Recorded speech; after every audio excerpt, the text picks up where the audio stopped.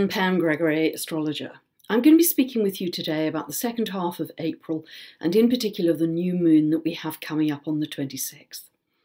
Now, I mentioned in the last video that we have 4 planets changing direction this month.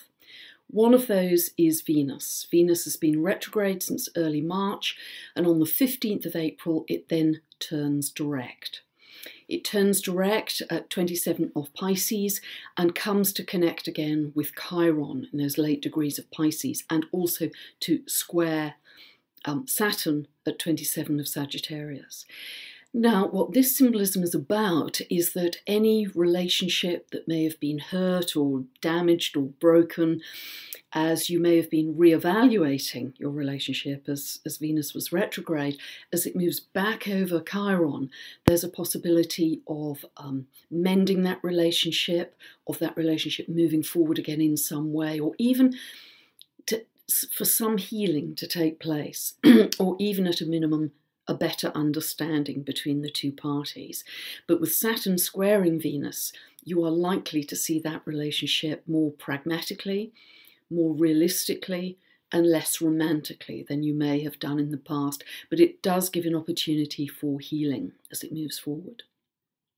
Now, Saturn in Sagittarius is very much about living our truth, and this is also a very important message at this time, because the more we can live in our truth, the more we can live authentically, the less we are actually giving our power away to others. So we find our power not in any egoic sense, but in a true centered sense, by living our truth, living authentically day to day, walking our talk, rather than doing something that really doesn't suit who we really are. For the rest of this month, Saturn is also exactly on or tightly on the galactic center. Now, the galactic center, as I've spoken before, is this huge vortex of cosmic information and energy. So it's the center of our energy source for the galaxy. It spews out enormous amounts of cosmic information, and particularly when a planet is aligned to it, as Saturn is at the moment, we can receive downloads of information that are ahead of their time. So this is a great opportunity in this half of April, and because as of early May, Saturn moves away from that galactic center and doesn't return till late November. So great opportunity to meditate and really see what we can receive at a high level. Then on the 18th of the month, the moon comes to conjunct Pluto. Now, we are likely, particularly if you have anything around about 19 degrees of Capricorn, which is where this conjunction is going to be, we may have quite intense and extreme emotions on that day. That's what that symbolism is about. Then on the 20th of the month, Pluto is our 4th planet to change direction. It's at 19 of Capricorn, and it goes retrograde right up until 28th of September, in fact. Moves very slowly. It only moves back to 16 of Capricorn.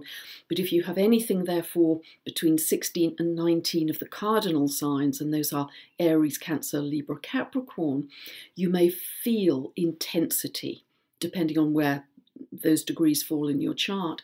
You may feel a degree of intensity because Pluto always brings that feeling with it. It's the ruler of Scorpio. Now, Pluto is the symbol of power.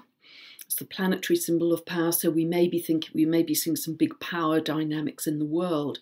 What it does for us personally when it's retrograde is help us to go inwards, to particularly spot any repressed emotion, any emotions that have been long repressed, or any old behaviour patterns that simply no longer serve us. So great time to go inwards, to find those and to release them. That helps us step into our power more once we release old energy that may be holding us back. So a great time over these next few months till the end of September to do that. But we also have this still that we've had for many months, this strong square between Jupiter, moving between 17 and 15 degrees of Libra. It's also retrograde, square to Pluto at 19 of Capricorn. So this highlights issues of power yet again.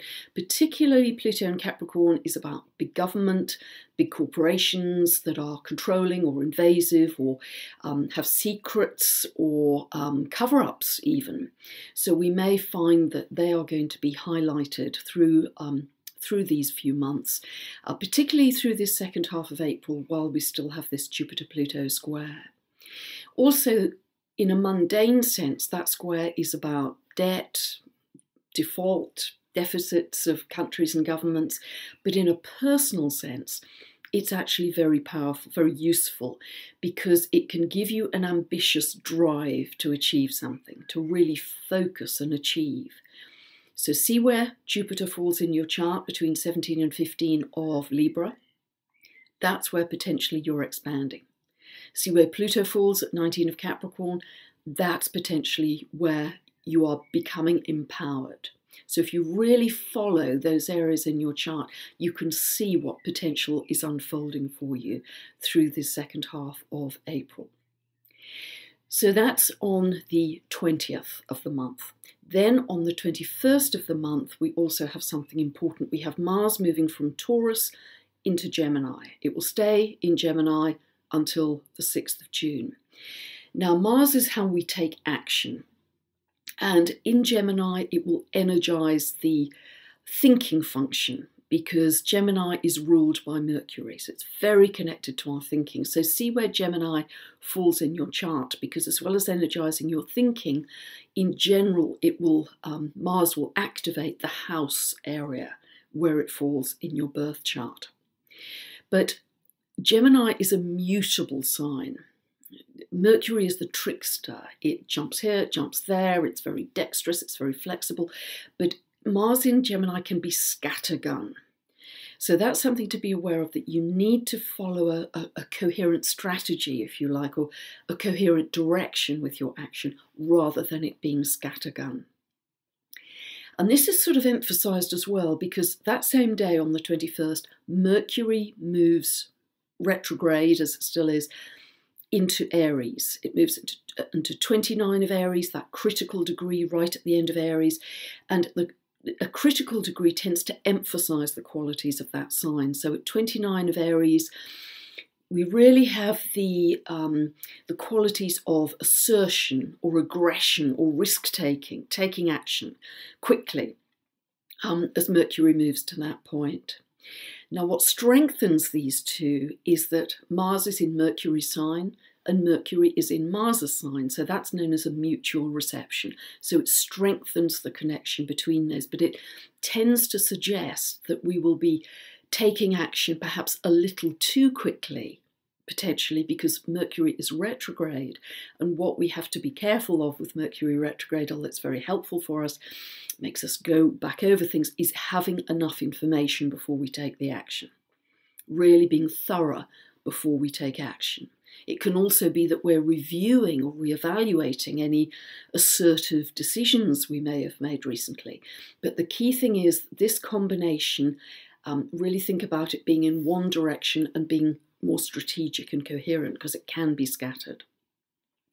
Mercury continues to move back until it conjuncts Uranus. This is between the 25th and 28th of the month. It conjuncts Uranus at 25 of Aries. And this can be brilliant, original, out-of-the-box thinking, real genius thinking. And any ideas you may have at that time are potentially going to unfold over the coming months, because Mercury together with Uranus, they are both trining Saturn Sagittarius. So any brilliant ideas we have, there's potential for them to grow over the next few months. So really be aware of that too. Then we have a new moon in Taurus. We have a new moon at 6:27 of Taurus. This happens at 5:16 a.m. Pacific and 1:16 p.m. UK time.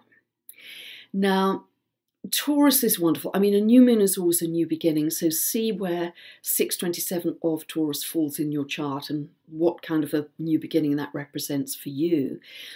But I think of Taurus almost as the Empress in the Tarot. I think of abundance. I think of fertility, fecundity. I think of the earth very much, the beauty of the earth, nature, the simple joy of being in nature, the appreciation of the simple rhythms of the earth.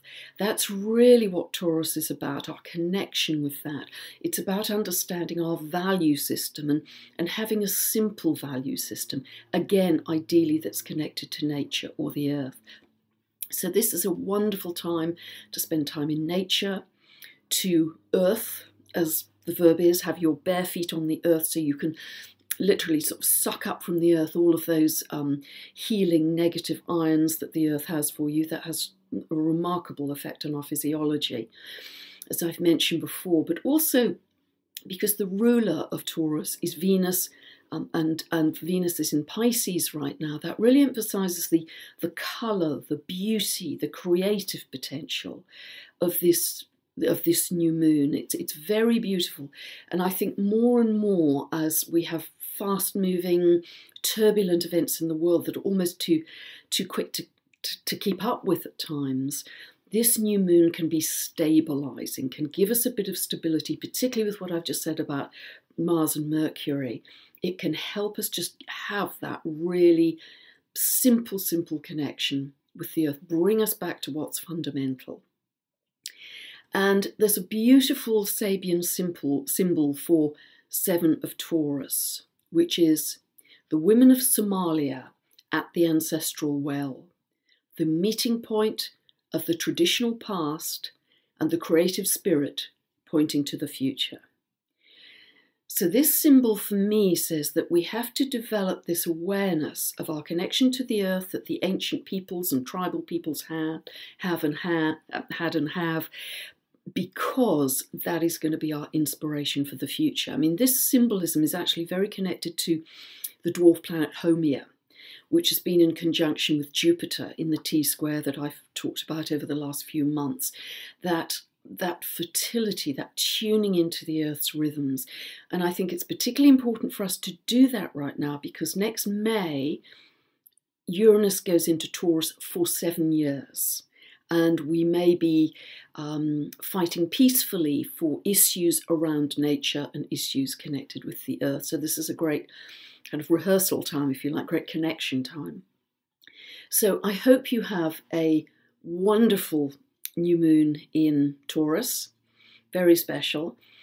If you'd like more information about my book, my audiobook, my tutorial videos, or I have a monthly newsletter which you can subscribe to, where it's normally 5,000 to 6,000 words, where I cover a lot of the things I've talked about here, but in much more detail, and I tie in global events to the prevailing astrological patterns, and that's a terrific way to learn the astrological symbolism better, and it covers a lot of detail, and I think it's a very good way to make us observant of the astrology, which is, of course, unfolding all the time in our world, as well as our personal lives too. So just check out my website if you'd like more on that. That is pamgregory.com or thenextstep.uk.com. And if you don't know where these aspects fall in your chart, check out the link appearing above me here or below in the description. That will take you to my store. You can buy a 2-part tutorial series which will answer that "what does it mean for me" question. Many times through the day I get, so what does that mean for me? And if you follow those videos, it's very empowering, because you can actually very easily work that out for yourselves. And those videos you can use for all time, for the rest of your life. You can refer back to them every time I do an update. So many blessings for the rest of this month. And then we have a big month next month in May, because we will actually have a shift of the nodal axis, which is very important, and that's what I'll be talking about next time. Thanks for listening.